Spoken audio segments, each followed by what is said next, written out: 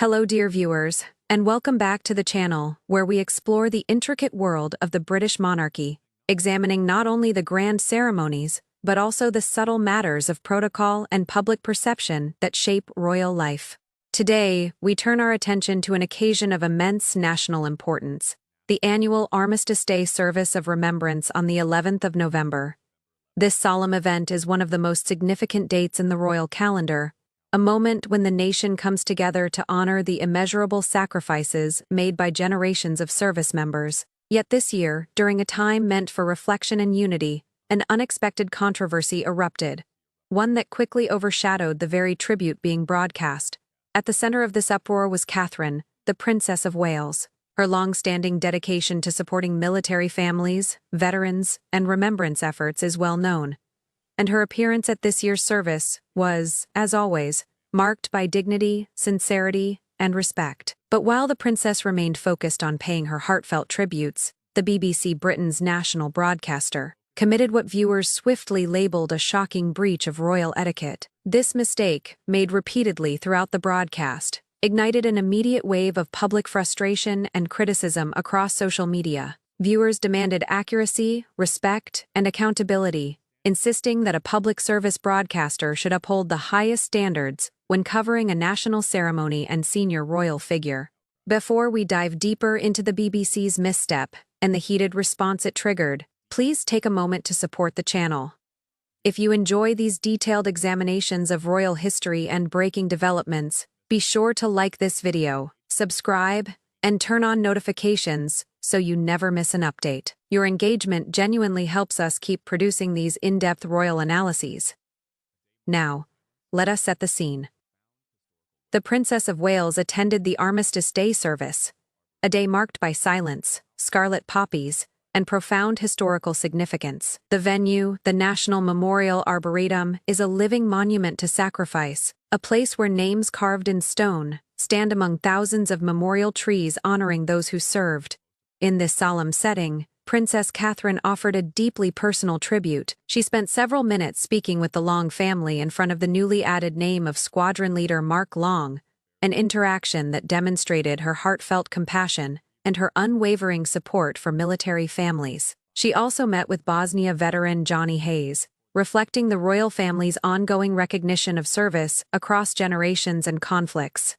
Her presence throughout the day was defined by quiet dignity and emotional sincerity. But as millions of viewers watched the ceremony from home, the respectful tone of the event was abruptly disrupted, not by anything Catherine did, but by a repeated broadcasting error. BBC commentators referred to the Princess of Wales by her maiden name, Kate Middleton, again and again. To the casual observer, this might seem trivial. After all, the name is widely recognized by the public. However, within the context of royal protocol, titles carry immense weight, and the misuse of a former name during a national act of remembrance was viewed as deeply disrespectful.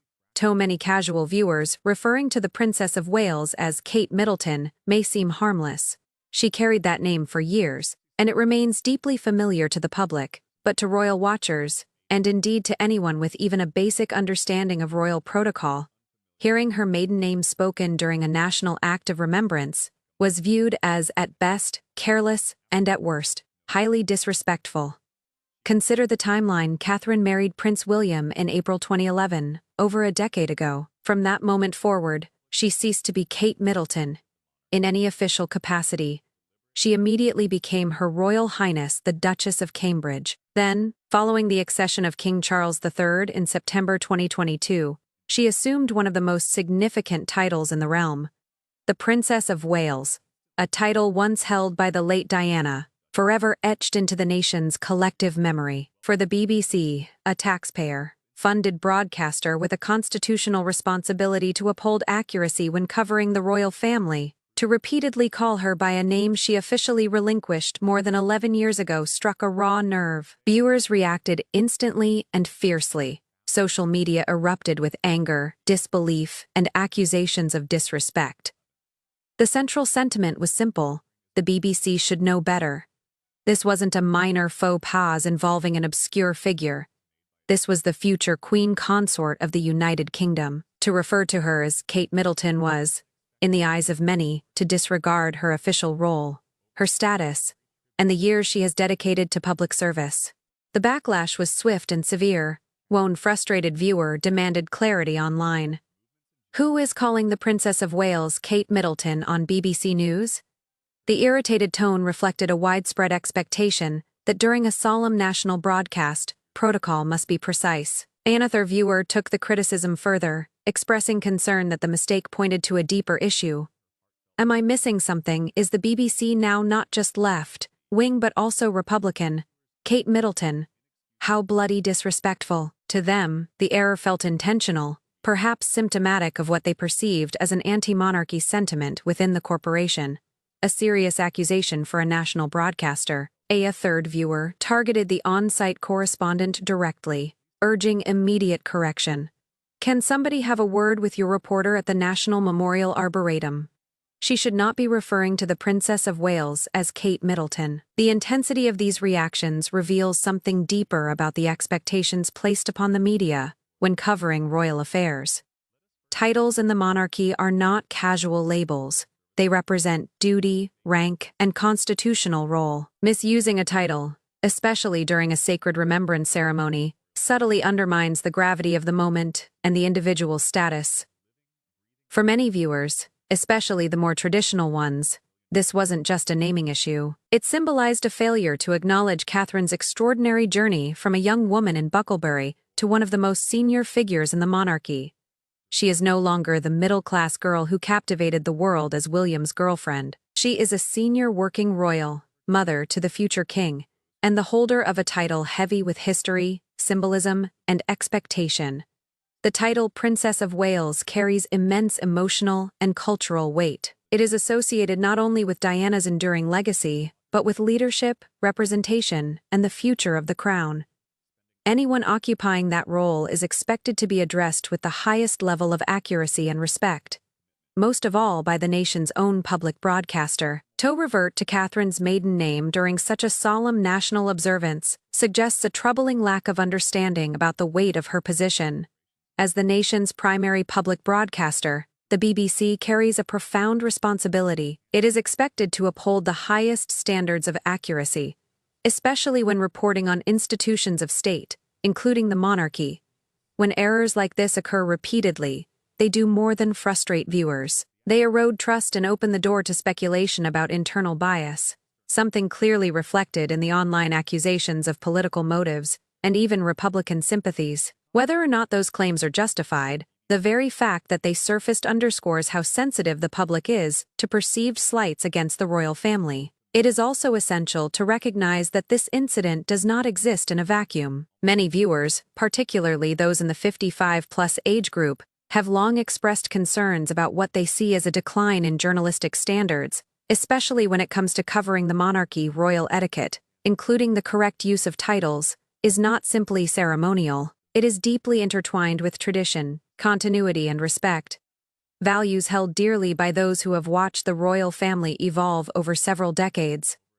Meanwhile, as frustration mounted online, Princess Catherine remained completely focused on her duties at the National Memorial Arboretum. She was there to honor veterans, bereaved families, and the fallen, not to become the center of an avoidable media controversy. Her interactions with the Long family and her quiet conversation with Bosnia veteran Johnny Hayes reflected genuine compassion and the stabilizing role the monarchy plays in moments of collective grief. The contrast could not have been more striking. At the memorial, silence, dignity, and reverence prevailed. Online, however, the conversation spiraled into anger over what many saw as an entirely preventable journalistic failure. The situation raises an important question. In the rush of live reporting, are basic standards of accuracy being sacrificed? For more than a decade, the public has watched Catherine transition with grace, from Kate Middleton to the Duchess of Cambridge, and now the Princess of Wales. She has embraced her role with unwavering dedication and adherence to protocol. The expectation is that broadcasters, especially a national institution as established as the BBC, should reflect that evolution with the same level of care and respect. If 11 years is not enough time for the BBC to consistently update its practices, then many viewers understandably wonder, How long should it take? And that is the heart of the public's frustration. This is not merely about a name. It is about acknowledging Catherine's constitutional position, the seriousness of her work, and the traditions she now upholds.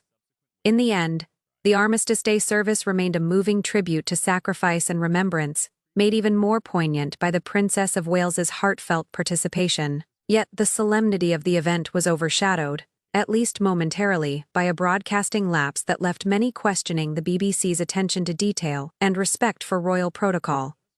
This episode invites a larger discussion about the modern relationship between the media and the monarchy.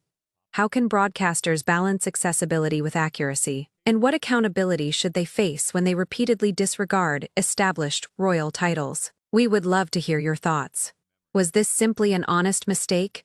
Or does it point to a deeper issue in how major news organizations treat the crown? Share your views in the comments below. And thank you, as always, for watching.